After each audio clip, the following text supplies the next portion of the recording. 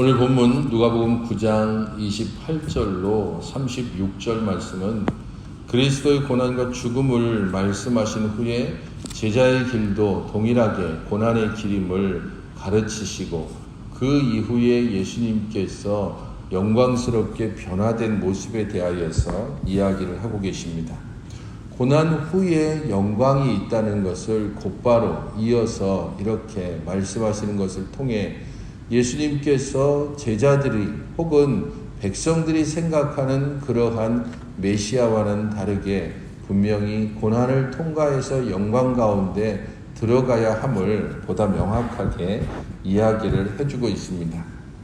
이 말씀을 하신 후 8일이 되어라고 이야기함으로써 앞에서 하신 말씀 곧 내가 곧 종교 지도자들에 의해서 죽임을 당할 것이고 너희들이 나를 따라오려거든 그런 고난의 길들을 함께 겪어야 할 것이다 라고 하는 말씀과 연관해서 예수님께서 따로 기도하러 가셨고 그곳에 베드로와 요한과 야고보를 데리고 가셨다라고 말씀하고 있습니다. 기도하러 산에 올라가셨다라고 하는 이 구절들이 누가복음에 몇 번 눈에 띄지만 이것은 항상 예수님께서 그 기도를 하신 후에 특별한 어떤 사건들이 그 뒤에 이어진다는 것을 암시하는 구절로 쓰여집니다. 그렇게 기도하러 산에 올라가셨다는 것은 의도적으로 그렇게 하셨다는 것이고 이런 의도성에 제자들 모두가 아니라 제자들 중에 따로 3명만 데리고 가셨다는 것은 이들이 제자들 무리의 지도자가 될 수 있다는 것을 또한 암시해주고 있습니다. 예수님의 변화된 모습과 관련되어져서는 용모가 변화되고 옷이 휘어져 광채가 났다라고 그 몸과 또한 몸을 걸치고 있는 옷까지도 변화되었다는 것을 의미를 해주고 있습니다. 그래서 여기 묘사된 이 예수님의 변화는 출애굽기 34장 29절부터 35절에서 묘사하고 있는 모세가 시내산에 올라갔다가 내려왔을 때의 모습과 연관이 되어집니다. 모세가 받았던 그 영광, 너무도 빛이 나서 도저히 사람들이 볼 수 없어서 수건으로 얼굴을 가려야 됐던 바로 그 영광과 비슷하긴 하지만은 모세와 동일하지는 않습니다. 왜냐하면 뒤에 모세와 관련되어져서 예수님께서 별세하실 것에 대한 대화를 나누게 되고 또한 하늘에서의 음성에서는 저의 말을 들으라라고 그렇게 분명히 말하고 있기 때문입니다. 그런 면에서 두 번째 묘사로 모세로 제시되어지기는 하지만 모세를 능가하는 그런 새로운 분임을 말하고 있습니다. 시내산에서의 첫 번째 율법의 수요자인 모세, 그러나 그 모세를 능가하는 이제 예수 그리스도가 영광스럽게 변화된 모습을 통하여서 특별히 제자들에게 가르쳐지고 있습니다.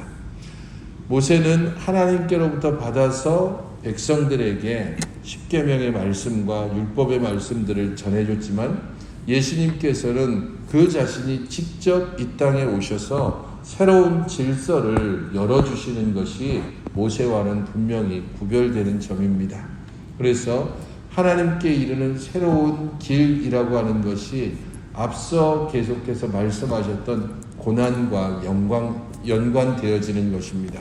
그래서 이전에는 제사를 통하여서 하나님께 나아갈 수 있는 길을 모세를 통해서 알려주셨다면 이제는 예수 그리스도가 그 제물이 되어서 단번에 그리고 영원히 드려지는 그 제사에 참여하는 자, 곧 예수 그리스도를 믿음으로 고백하는 자를 통해서 누구든지 예수님께 나올 수 있다는 새로운 길을 제시해 주려는 것입니다. 물론 이 시점까지는 아직까지 예수님께서 제시하려는 하나님께 나아가는 길을 누구도 이해하지는 못하지만 적어도 예수님은 앞서 고난을 말씀하셨고 지금 영광스럽게 변화되는 이 모습을 통하여서 분명한 증거로서 고난을 지나 영광에 이르는 하나님의 메시아 구원의 그 계획을 명백하게 드러나고 계시는 것입니다.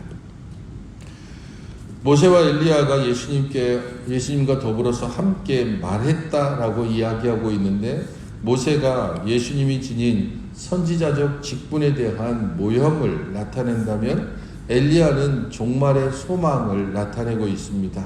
그런 면에서 예수님께서 이 둘과 함께 이야기를 나누셨다라는 것은 모세의 역할로서의 선지자, 그러면서도 동일하게 종말이 시작되어지는 그러한 일들의 시작으로서 예수님께서 새로운 시대를 열어가신다는 것을 알려주는 것입니다. 그들이 나눈 대화가 장차 예수께서 예루살렘에서 별세하실 것을 말했다라고 이야기하고 있습니다. 그래서 예수님께서 예루살렘에서 별세하는 것, 그것이 하나님의 계획을 성취하시는 것이고 새로운 길을 여는 방법이라는 것이 이 대화를 통해서 알려지는 것입니다.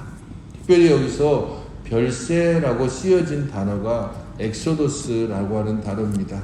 그래서 출애굽 시에 사용되어진 단어이기도 하고, 그렇기에 예수님의 죽음은 새로운 출애굽과 연결되어지기 때문에 모세가 함께 등장하는 것입니다.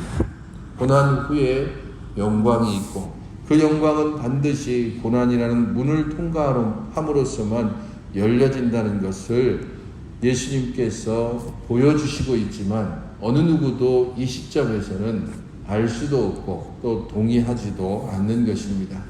동일한 부분들을 기록하고 있었던 마태복음이나 마가복음 쪽에서는 예수님께서 고난에 대해서 이야기했을 때에 베드로가 그 고난 자체를 말리는 것을 통해서 고난을 받아들일 수 없는 제자들, 하물며 그 제자의 무리에 속하지 않은 백성들이 고난받는 메시아는 도저히 상상할 수가 없는 것입니다.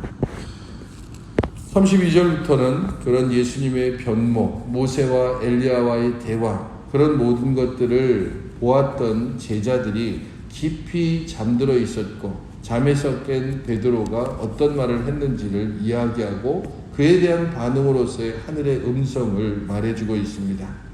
잠들었다 깨었기 때문에 모세와 엘리야가 예수님과 나눴던 대화의 내용을 전체적으로 들었을 가능성이 적다는 것을 알려주고 있습니다. 그래서 베드로는 주여, 우리가 여기 있는 것이 좋은데 우리가 초막셋을 짓고 우리가 세 분을 위해서 짓는데 그 일을 자기가 무슨 말을 하는지 알지 못했다라고 말하고 있습니다.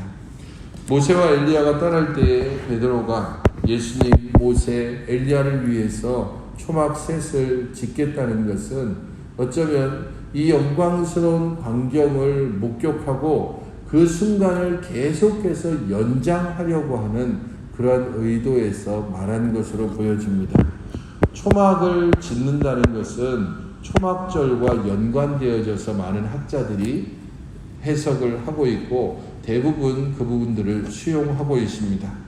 초막절과 연관되어진다는 것, 그것은 궁극적인 구원을 바라는 초막절의 의미와도 연결되기 때문입니다. 그런 면에서 지금 이 순간을 계속해서 연장하겠다라고 하는 의도도 있고, 다른 한편으로서는 이 초막을 짓는 것을 통하여서 하나님의 궁극적인 구원을 바로 이 자리, 여기에서 이루고 싶다라고 하는 그런 욕망이 함께 나타나고 있습니다. 하지만 하늘에서 들려온 음성은 이는 나의 아들이고 곧 택함을 받은 자니 너희는 그의 말을 들으라 라고 말하고 있습니다. 베드로가 이야기한 것의 가장 결정적인 문제점은 지금 예수님이나 모세나 엘리야를 동등하게 취급하고 있다는 데 있습니다. 초막셋을 예수님을 위해서, 모세를 위해서, 엘리야를 위해서 짓겠습니다 라고 이야기했을 때에 베드로는 지금 하나님께서 계획하고 계신 바로 그 구원의 놀라운 일들을 제대로 알지 못하고 그냥 자신이 현재 가지고 있는 이해도 안에서 그렇게 예수님이나 모세나 엘리야를 대하고 있습니다. 그렇기 때문에 그가 무슨 말을 하고 있는지 잘 모르고 있다라고 말하는 것과 같습니다. 모세도 엘리야도 하나님의 구원을 이루는 주체가 될 수 없습니다. 오직 예수님만이 우리를 대신하여 고난을 받으시고 죽으시고 그리고 다시 부활하심으로써 우리의 구원을 완성하실 것입니다. 그렇게 하늘의 음성은 그가 택함을 받은 자니 너희는 그의 말을 들으라라고 하늘의 음성이 분명히 선포하고 있고, 모세와 엘리야는 떠나가고 오직 예수 그리스도만 남게 되는 것입니다. 오직 그분만이 우리를 대신하여 고난받으시는 분이고, 오직 그분만이 우리를 대신하여 죽으시는 분이고, 오직 그분만이 사망 가운데 첫 번째 열매가 되셔서 우리는 그분의 뒤를 따라 함께 부활의 그런 소망 가운데로 나아갈 수 있는 것입니다. 많은 사람들이 어쩌면 베드로처럼 자신이 가지고 있는 지식의 한계만을 가지고서 하나님께 나아가거나 혹은 하나님의 뜻을 재단하려고 하는 어리석은 행동을 하게 됩니다. 그런 모든 것들은 결국에는 하나님의 뜻을 제대로 알지 못하기 때문입니다. 그러므로 오늘 본문을 생각하면서 함께 기도하실 때에 고난을 두려워하거나 피하기보다는 그 고난 후에 다가올 영광을 바라보면서 인내로 견딜 수 있게 해달라고 기도하시고, 예수님을 더 깊이 알고 그 안에서 하나님의 뜻을 온전히 발견할 수 있는 믿음과 지혜를 더하여 달라고 또한 기도해 주시기 바랍니다.